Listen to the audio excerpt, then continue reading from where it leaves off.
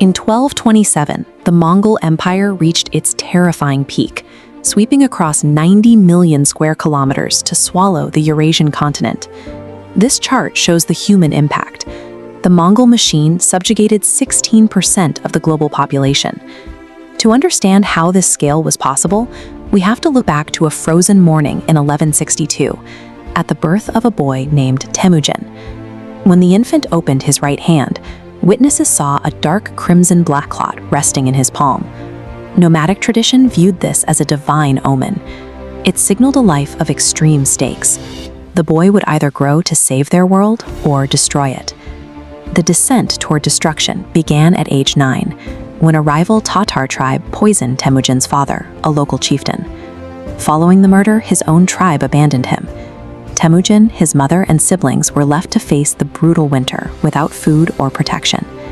Years spent hunting on the edge of starvation replaced blood ties with a singular focus on personal capability. Survival on the frozen plains was a solitary endeavor. His life was secured only by what he could kill or defend with his own hands. He applied this logic to the warring tribes. He ignored traditional aristocratic hierarchies, instead promoting ordinary shepherds and even former enemies based strictly on their loyalty and skill in combat. By 1206, this ruthless meritocracy had unified the Mongol tribes. The abandoned boy had become Genghis Khan, the leader of a nation forged for war. The Mongol army operated as a scientifically precise military machine, sacrificing traditional heavy armor for a singular priority: absolute speed. This infographic shows the logistics of that speed. Every individual soldier commanded a personal rotation of 3 to 4 horses, allowing them to switch mounts and stay in motion for days without exhausting their animals.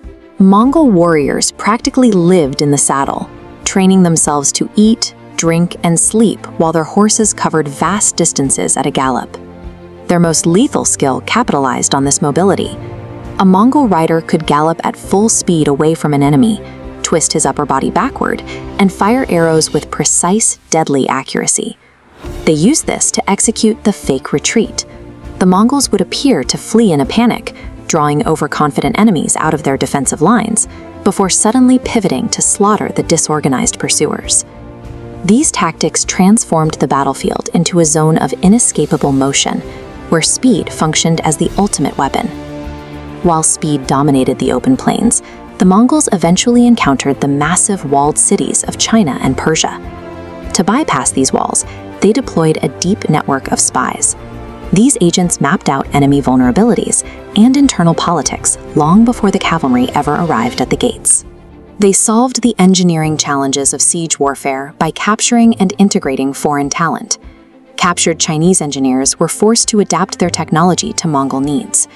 Soon they deployed heavy battering rams, massive, sophisticated catapults, and towering attack platforms across continents, bringing advanced siegecraft to civilizations that had never seen it. The Mongol machine grew more lethal with every conquest, absorbing the intelligence and engineering of its victims to prepare for the next campaign.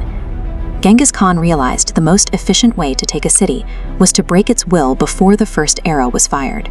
He achieved this through the systematic use of psychological terror. During the attack on the wealthy city of Bukhara, Genghis Khan rode directly into a mosque and announced that he was the punishment of God, sent specifically to answer for the sins of the population. The massacres were cold and calculated. Records from the city of Nishapur state that Mongol forces executed over 1.5 million people in a single campaign of annihilation. They purposefully left a small number of traumatized survivors alive. These messengers were allowed to flee to neighboring regions to spread stories of the absolute horror they had witnessed. Not every city fell to this tactic. In the Delhi Sultanate, the ruler Iltutmish used clever diplomacy to negotiate with the Mongol machine, sparing northern India from a full-scale invasion. For Genghis Khan, terror was a logistical choice. By cultivating a reputation for total destruction, he forced massive fortified cities to surrender without a fight. Genghis Khan died in 1227, but the military machine he designed was so robust it continued to expand under his descendants for decades. The destruction reached its peak in 1258, when Hulagu Khan invaded Baghdad, the intellectual and cultural center of the Islamic world. An estimated 800,000 people were killed. The contents of Baghdad's Great Library were dumped into the Tigris, and the river reportedly ran black with the ink of lost manuscripts for days. The destruction of Baghdad effectively ended the Islamic Golden Age, transforming a global center of culture into a graveyard of accumulated human history. While the Mongol machine excelled at kinetic expansion, it lacked the internal structures required to transition from a conquest army to a governing state. As shown here, the absence of a plan for long-term administration caused the unified empire to fracture into 4 distinct territories, each led by different descendants of Genghis Khan.